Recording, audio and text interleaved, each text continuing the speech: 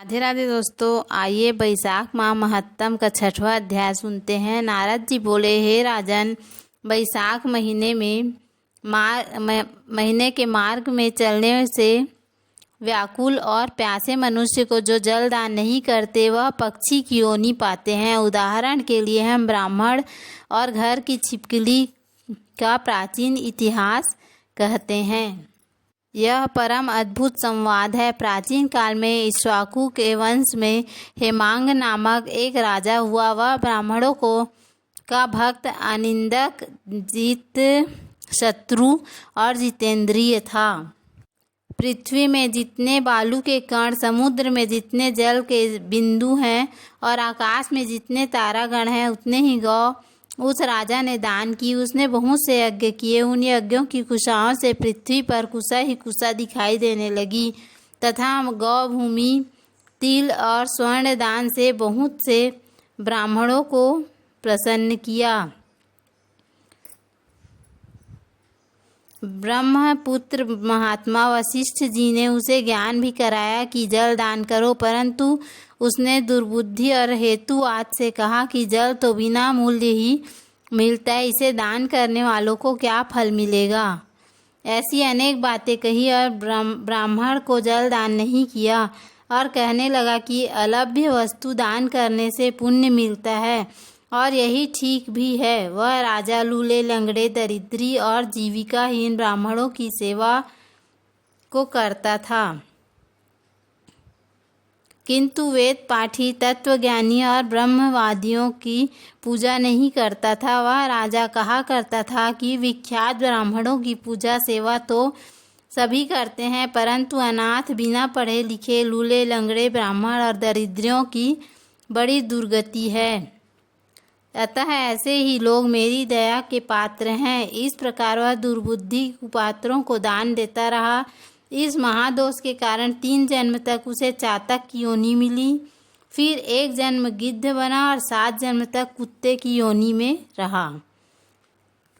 फिर हे राजन, वह एक राजा के घर छिपकली की योनि में जाकर रहा। उसका नाम श्रुतकीर्ति था और मिथिलापुरी का राजा था। छिपकली घर के दरवाजे की चौखट के ऊपर कीड़ों के भक्षण करती हुई 87 वर्ष तक वहीं रही। एक दिन देवयोग से मुनियों ने श्रेष्ठ श्रुतिदेव नामक ऋषि दोपहर के समय मार्ग से थके मिथिलापति के घर आए। ऋषि को देखकर राजा अत्यंत प्रसन्न होकर सहसा उठकर बड़े आदर सत्कार से मधु पर्कादि से पूजन कर चरण धोने लगा और चरणोदक को अपने मस्तक पर छिड़का। तब देवयोग से एक बूंद जल उस छिपकली पर गिर पड़ा। जल की बूंद पड़ते ही उसे ज्ञान हो गया कि नाना योनियों में दुखों से दुखित हो ब्राह्मण देवता से हाय हाय करने लगी कि हे ब्राह्मण, मेरी रक्षा करो। जब छिपकली का ऐसा शब्द सुनकर ब्राह्मण को बड़ा आश्चर्य हुआ। वह कहने लगा कि हे गोधा, तू कहाँ है? तू क्यों विलाप करता है? तेरी यह दशा कैसे हुई? तू देवता है कि पुरुष है या कोई राजा है अथवा ब्राह्मण है? हे महाभाग, तू कौन है? कह तो सही, मैं आज ही तेरा उद्धार करूँगा। ऋषि की ऐसी बातें सुनकर राजा महामतिमान श्रुतिदेव जी से कहने लगा कि हे ब्राह्मण, मेरा जन्म इक्ष्वाकु कुल में हुआ था और मैं वेद शास्त्रों का पूर्ण ज्ञाता था। पृथ्वी में जितने रज के कण हैं, जितने जल के बिंदु हैं, जितने आकाश में तारागण हैं,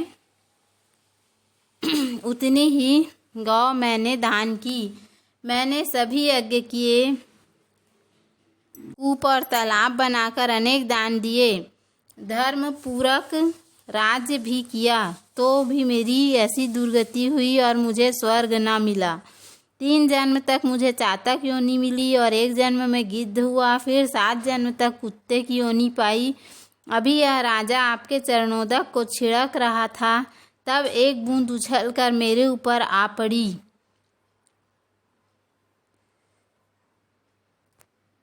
उतनी ही गौ मैंने दान की। मैंने सभी यज्ञ किए, तालाब भी बनवाए उसी के पढ़ने से मुझे पूर्व जन्म के सब पाप दूर हो गए और मेरे पाप मुझे स्मरण हो आया। अतः मैं इस जन्म से डरता हूँ। हे द्विज, मेरी यह दशा कैसे हुई है यह विस्तार से कहिए। यह सुनकर द्विज ने ज्ञान चक्षु द्वारा सब वृतांत जान लिया और कहने लगे, हे राजन, मैं तेरी इस बुरी योनि का स्मरण कहता हूँ, चित्त लगाकर सुन। तूने माधव भगवान के प्यारे वैशाख मास में जल दान नहीं किया। तूने जल को सुलभ समझकर यह निश्चय कर लिया कि यह बिना मूल्य का है। अतः मार्ग में चलने वाले और धूप से पीड़ित ब्राह्मणों को जल दान नहीं किया।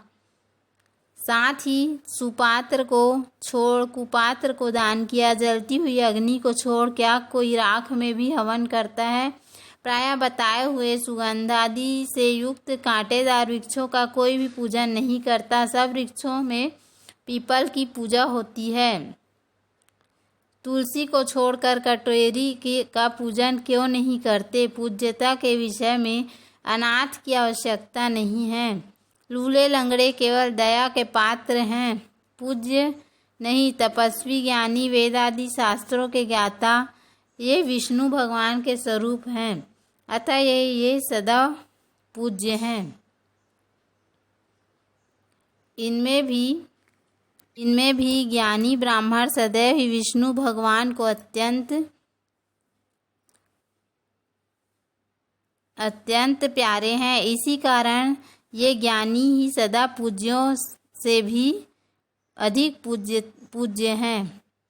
महापुरुषों की सेवा ही धर्म, अर्थ और मोक्ष का कारण है। ऐसे ही करोड़ों अंध जाति कर्तव्य को नहीं देखते। ऐसे मंद आश्रम के लोगों की संगति से कुछ नहीं मिलता है।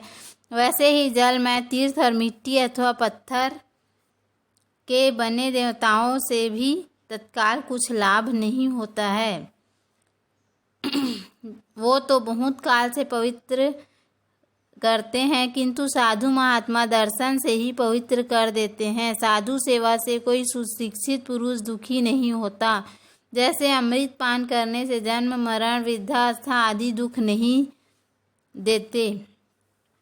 तूने जल दान नहीं किया, न साधुओं की सेवा ही की। हे इक्ष्वाकु नंदन, इसी से तेरी दुर्गति हुई है। वैशाख में जो मैंने पुण्य किया है वह तेरी शांति के लिए तुझे दूंगा।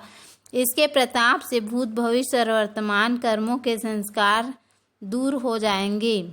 ऐसा कहकर जल स्पर्श कर सर्वोत्तम पुण्य का फल दे दिया। इस तरह जब उस ब्राह्मण ने वैशाख में एक दिन के स्नान का फल उसे दे दिया, तब उसके सब पाप दूर हो गए और छिपकली की योनि त्याग कर दिव्य विमान पर चढ़